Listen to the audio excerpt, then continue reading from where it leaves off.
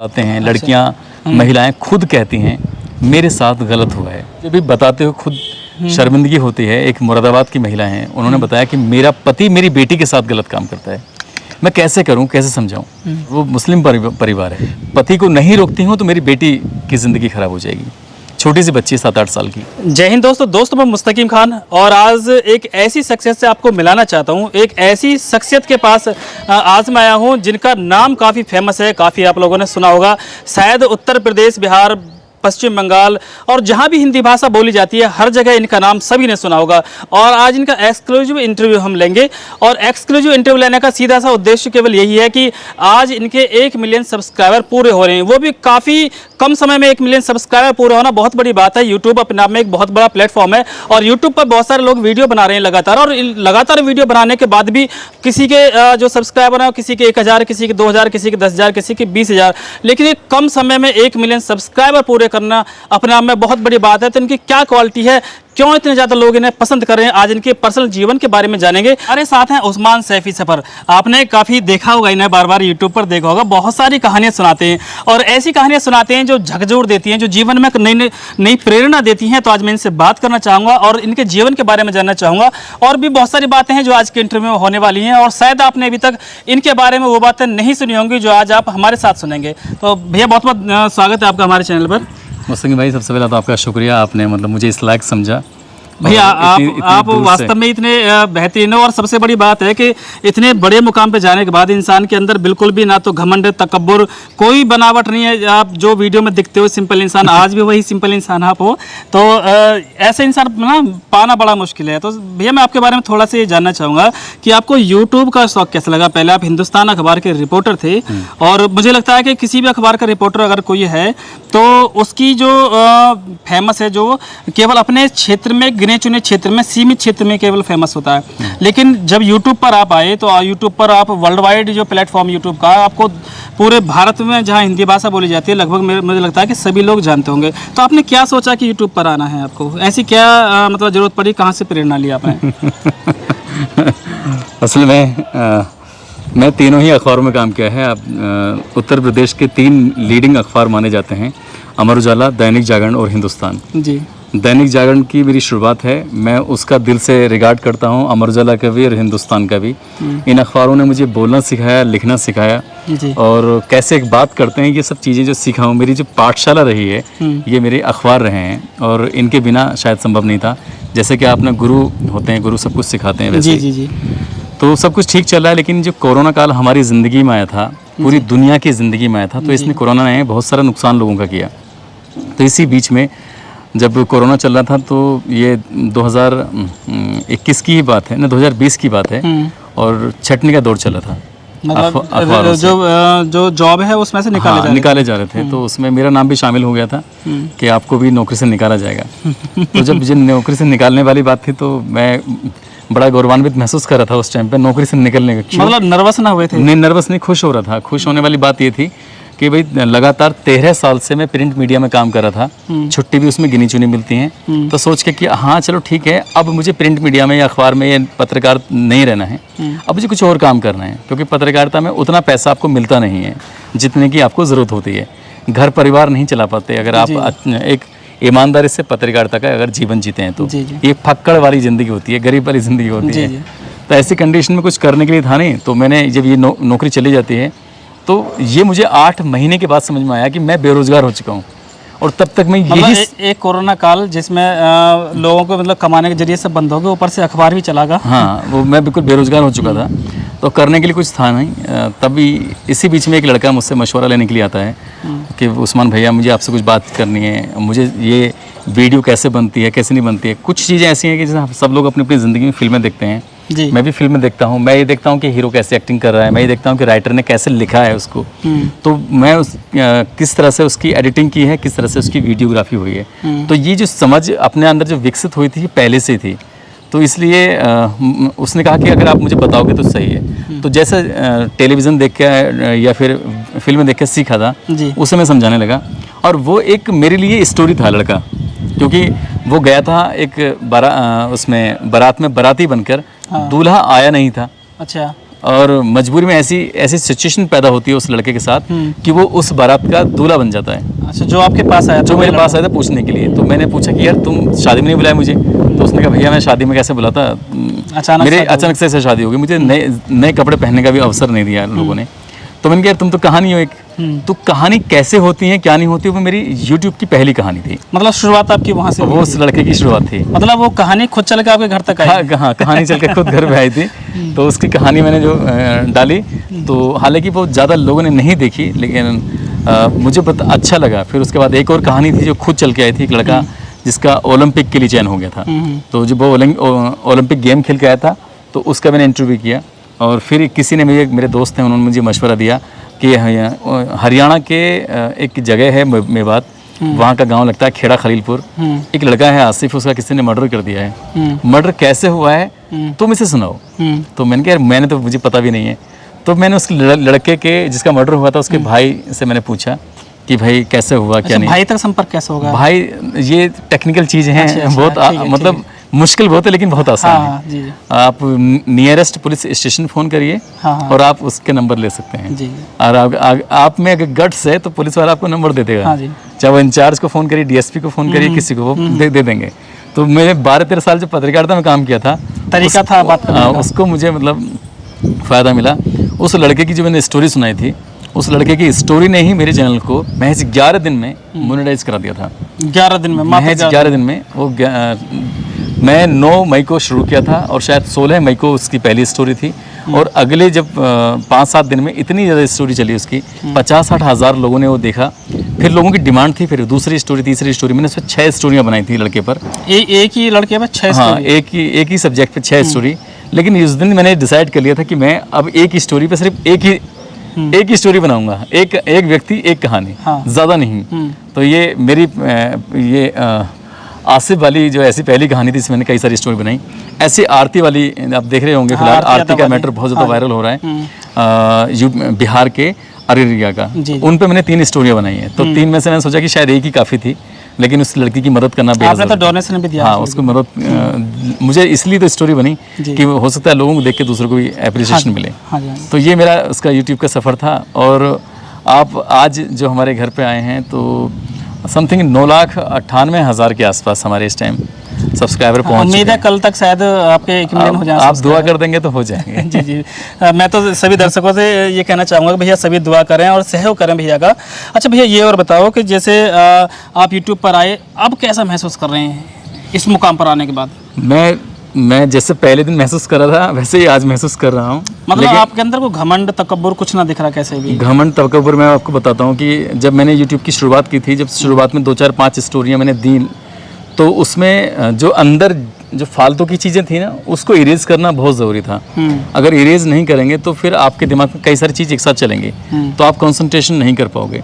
तो मोहल्ले में, आसपास में, या रिश्तेदारों में, घर परिवार में जितने लोगों से झगड़े थे या नाराज़गी थी किसी बात की, सबके घर जा के मैंने उनसे माफ़ी मांगी। अच्छा। कि कोई गलती होगी हो तो माफ़ कर देना। वो समझ नहीं पा रहे थे कि क्यों माफ़ी मांग। ये लग रहा हो ना भाई, जैसे बहुत से इंसान ऐसे समझे मतलब कोई आत्महत्या करने वाला हो या कहीं कुछ दूर जाने वाला, भाई माफ़ी मांगे, चलो भाई मुझे माफ़ कर देना। तो यही सोच के मैं उनसे सबके पास गया, उनसे जाके सॉरी बोल के आया। जितने झगड़े फसाद थे सब कुछ ख़त्म किए।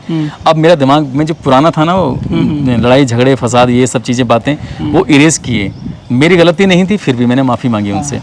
उसके बाद फिर अपना काम शुरू किया, और जब काम शुरू किया तो उसके लिए बहुत ज़्यादा मेहनत की। ना दिन देखा और ना रात देखा, बस पढ़ना था। एक स्टोरी को लेके 8-10 घंटे। अब भी जब आप जैसे मेहनत करते हो तो मुझे लगता है कि रात में भी मेहनत करते होंगे, तो घर वाले जो परेशान ना होते हैं क्या? घर वालों में 3 ही लोग हैं, मैं हूँ, मेरी वाइफ है, मेरा बेटा है। हाँ, तो परेशान ना होते हैं? बेटा तो कुंभकर्ण की नींद सो जाता है। हाँ जी। वाइफ की कई बार आँख खुल जाती है, लेकिन रात में होता क्या है, जब भी मेरा आँख खुलेगी उसी वक्त मैं अपने स्टोरी की तलाश करने में जुट जाता हूँ। मतलब रात में जब भी आँख खुल जाएगी? जब भी आँख खुलेगी, जिस वक्त भी मन करेगा उस टाइम पढ़ने बैठ जाऊँगा। लेकिन लोगों का डिस्टर्बेंस अगर लाइफ में ना हो मेरी में, तो मैं हो सकता है और अच्छा काम कर लूँ। लेकिन अब जैसे लोग आते हैं, जाते हैं, मिलते हैं, बातचीत करते हैं, सब लोगों को एंटरटेन भी करना पड़ता है। जी जी। मैंने ये कभी नहीं बताता कि मैं कहाँ रहता हूँ। वो इसलिए नहीं बताता कि मैं बताऊँगा तो लोग मिलने आएंगे, मिलने आएंगे तो टाइम देना पड़ेगा, टाइम देना पड़ेगा तो फिर अपना भी टाइम खराब होगा।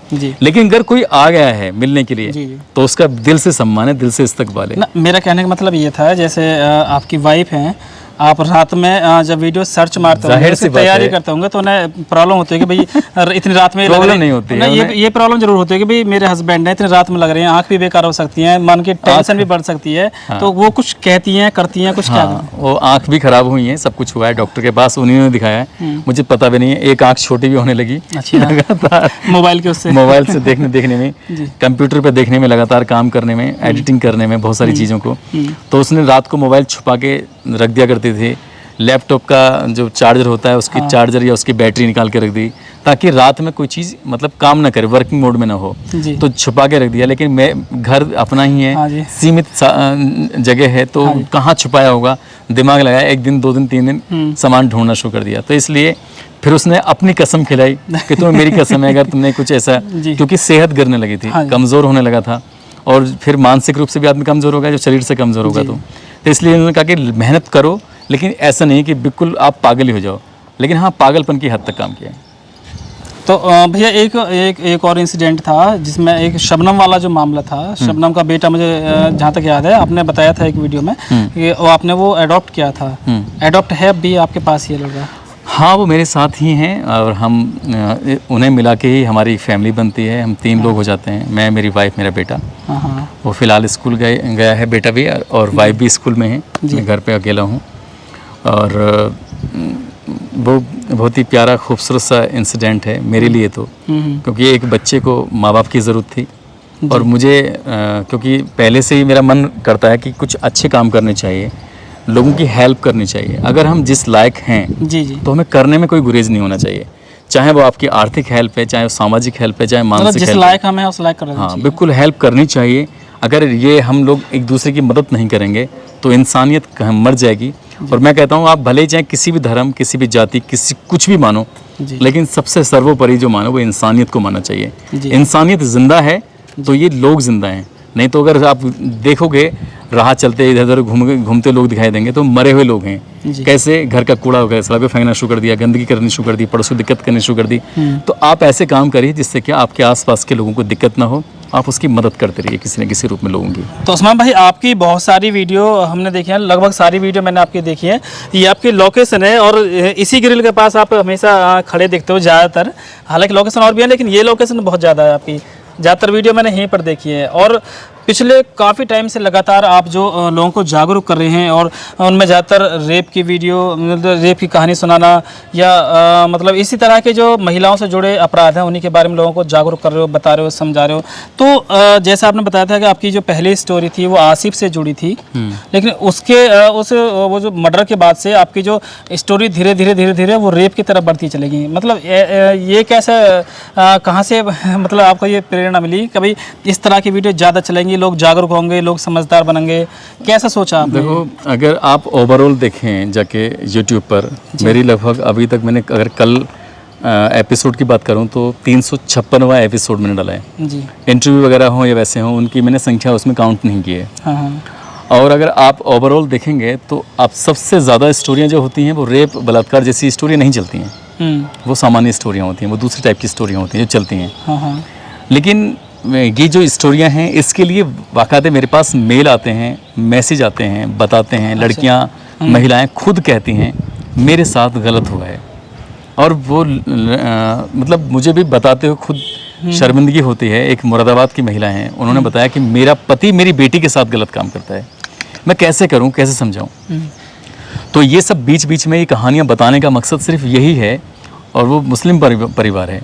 मतलब आपको, मतलब बाकी ताज्जुब वाली बात होती है कि ऐसा कैसे हो सकता है। उसने कहा कि मेरा नाम मत बताना, और मेरे पति के बारे में कुछ बताना, सब कुछ उसने बताया। बोली मैं पुलिस के पास जाती हूँ तो मेरा पति को पुलिस ले जाएगी, मेरा परिवार ख़त्म हो जाएगा, और मैं अगर पति को नहीं रोकती हूँ तो मेरी बेटी की ज़िंदगी ख़राब हो जाएगी। छोटी सी बच्ची 7-8 साल की। ऐसी कंडीशन में कितने मेल, कितने मैसेज जो आते हैं ना, तो वो लोग ये कहते हैं कि आप ये सब चीज़ चलाइए। वो खुद कहते हैं, क्यों? क्योंकि अगर अंदर से हिम्मत आएगी, ताकत आएगी ना, तभी तो हम जाके पुलिस के पास पहुंच पाएंगे। और बहुत सारे ऐसे मामले भी हुए हैं, चाहे जहाँ मैं रहता हूँ उस शहर की बात करूँ या और शहरों की बात करूँ, वाक़ाते उन्होंने पुलिस के पास जाकर मैसेज किया कि हम पुलिस के पास गए और हमें अब रिलीफ मिल गया है। तो हमारे जो इर्द गिर्द होते हैं ना लोग, वही हमारा शोषण कर रहे होते हैं। तो ये लोगों की डिमांड के हिसाब से मैंने ये सब चीज़ें, बहुत सारे लोग हैं जिनके साथ घटना होती है, जैसा आप घटना बता होती रहे है, हैं, बताते नहीं है, लेकिन डर की वजह से या ना रास्ता ना मिलता हमें करना क्या है। समाज की वजह से कि समाज क्या सोचेगा, अरे यार तुम्हारी जिंदगी खत्म हो रही है, क्या वाकई तुम्हें लगता है कि इंसान एक बार तुम बन गए हो अगले जन्म में भी इंसान बनोगे? इस्लाम धर्म तो जन्म ही नहीं मानता है ना, और हिंदू धर्म अगर जन्म मानते हैं तो कहते हैं कि ये जो योनि है बहुत सारी पीढ़ियों के बाद जब जाके ये मिला है, तो अब ये मिला है तो इसे तुम क्यों बर्बाद कर रहे हो? अपनी जिंदगी को जो इसे खूबसूरती से जीने की कोशिश करो ना। कोई तुम्हारा शोषण कर रहा है, तुम कुछ कह ही नहीं पा रहे हो, तो बिल्कुल खत्म हो जाओगे। इसलिए लोगों को मोटिवेट करने के लिए, उनको जागरूक करने के लिए, उनके अंदर हिम्मत पैदा करने के लिए कहानी लेके आता हूँ। बस मेरा तो यही मकसद है। अच्छा उस्मान भाई, जैसे आप यहाँ पर वीडियो जब से आपने बनानी शुरू करी होगी तो मोहल्ले में और भी लोग हैं, काफ़ी लोग हैं, तो देख के उन्हें अजीब सा ना लगता होगा कि भाई ये पता ना क्या करता रहा है लड़का यहाँ खड़ा हो गया, या आपको कुछ अजीब सा लगता हो, मतलब झिझक आती हो? कभी हिचक नहीं रही है बिल्कुल भी। और रही बात ये लोकेशन, मैं खुद चाहूँगा कि आप एक बार दिखाइए थोड़ा सा, ये जो आप जितने भी हरे पेड़ देख रहे हैं यहाँ से वहाँ तक, जब मैंने अपना घर यहाँ पर बनाने की कोशिश की थी तो घर बनाने से पहले मैंने ये पेड़ पौधे लगवाए थे लोगों से। अच्छा, आप ही ने लगवाए हैं? हाँ, अधिकारी, एक भी ऐसा पौधा नहीं है, मेरा नाम किसी पौधे पे नहीं है, लेकिन हर अधिकारी का, हर व्यक्ति का इसमें नाम लिखा हुआ है किसने लगाया। जब मौका पड़ता है तो मैं इनको पानी भी देता हूँ, इनको खाद का भी इंतजाम कर देता हूँ, इनके साफ सफाई भी करवाता हूँ। पक्षियों के लिए भी व्यवस्था है। अभी देखो यहाँ गेहूँ पड़ा हुआ है, ये आप इधर दिखाइए, ये सिर्फ किस लिए, ताकि पक्षी आएंगे, दाना पानी लेंगे, पिएंगे, पानी का कटोरा ये रहा। तो अगर हम क्या नाम है, लोगों ने ये तो पता था कि ये आदमी कुछ पागल हो जैसी हरकत करता है, मतलब आसपास के लोग मेरा जो गांव है, मेरे गांव के भी लोग कहते थे कि हाँ ये कुछ अलग हरकत करता है, पागल हो जैसी। तो ये अब मैं जब ये काम करता था तो कहते थे पता नहीं क्या काम कर रहा है, क्यों कर रहा है, क्यों नहीं कर रहा है। लेकिन जैसे जैसे जब लोग अब गली में आते हैं पूछने के लिए कि उस्मान भाई के घर जाना है, तो अच्छा उनका घर वहाँ है, तो अगर मेन रोड पे भी आप पूछते हैं तो बता देते हैं कि अभी सच्चाई ये जो मैं बता रहा हूँ आपको, वैसे बनावट ना बता रहा बिल्कुल भी। अभी मैं आ रहा था अपनी गाड़ी में, लोकेशन आपने भेज दी थी, मैं लोकेशन पाया, लेकिन लोकेशन से पता ना कैसे भटक गया। अब पिछली गली में मैं घुसा, मैं पूछा भाई उस्मान भाई का घर यहीं है? बोल नहीं, वो तो पीछे वाली गली में। फिर दूसरी गली में घुस गया, वहाँ एक बच्चे से मालूम करा उस्मान भाई घर गए, भैया वो तो पीछे वाली गली में। मतलब हर इंसान आपको यहाँ मोहल्ले में जानता है। अब मोहल्ला तक एक बहुत छोटी चीज़ है, आपको दूर दूर तक लोग जानते हैं, लेकिन लोकेशन जो आपके एडजस्ट पता है वो तो यहाँ के लोगों सब पता है भाई उस्मान भाई का घर यहाँ पर है, इस तरह से। तो इतनी बढ़िया आपकी ये शुरुआत रही है, इतने जर्नी आपने की है, लगभग 14 महीने में 1 मिलियन सब्सक्राइबर होना अपने आप में बहुत बड़ी बात है। ये और सब इन लोगों की वजह से हुआ। और ईश्वर से दुआ करूंगा और दर्शकों से भी कहना चाहूँगा, ईश्वर से दुआ करें, सपोर्ट करें, ताकि उस्मान भाई का नाम और ज़्यादा आगे हो और इसी तरह से लोगों को मोटिवेट करते हैं। भैया बहुत बहुत शुक्रिया आपका हमारे साथ समय देने के लिए, कीमती समय से आपने ये समय दिया। मुस्तकीम भाई शुक्रिया आपका कि आपने कीमती वक्त निकाला मेरे लिए, इतनी दूर से आप आए और इतना सारा प्यार आपने दिया है, आप अपने दर्शकों तक मुझे पहुंचाने की कोशिश कर रहे हैं, तो ये सब आपका बड़प्पन है। आप के लिए मैं दिल से धन्यवाद देता हूँ और दिल से शुक्रिया अदा करता हूँ। ठीक है, मुस्तकीम भाई का सपोर्ट करें। मुस्तकीम भाई का जो चैनल है वो बहुत अच्छा है, ऐसे ही अलग अलग डिफरेंट टाइप के लोगों से मुलाकात कराते हैं, तो आप इनको भी सपोर्ट करें और ये आगे इन्हें बढ़ाइए। और मुस्तकीम भाई मेरे पास तक आएँ, आपका भी दिल से शुक्रिया, आपने इतना प्यारा टाइम दिया, इतना सारा अच्छी अच्छी बातें की आपने, उसके लिए दिल की गहराइयों से आपका थैंक यू।